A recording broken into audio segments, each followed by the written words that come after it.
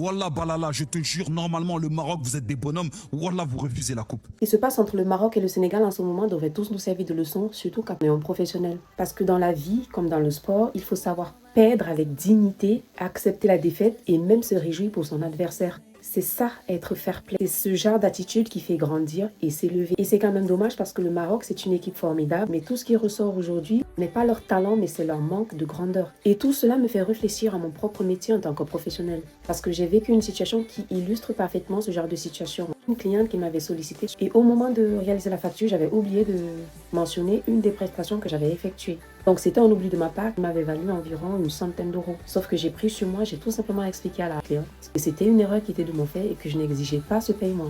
Et depuis, la cliente a été tellement reconnaissante que tous les jours, elle vient maintenant me voir quand elle a besoin de mes services.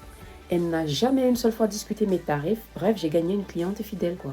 Et ça me rappelle aussi des attentions du quotidien. Vous savez, pour les clients qui préfèrent régler en espèces, parfois je ne vais pas avoir de monnaie, je vais dire non, vous inquiétez pas, gardez les 1 euro, gardez les 2 euros. Et les clients sont tellement contents, tellement reconnaissants qu'ils me disent ah mais ça y est, vous avez gagné un client, etc. Il y a également un autre aspect, ça va être des clients qui me laissent des pourboires, ça va être 2 euros, 5 euros, 15 euros même des fois. Vous savez, pour moi, tout ça, ça vaut de l'or.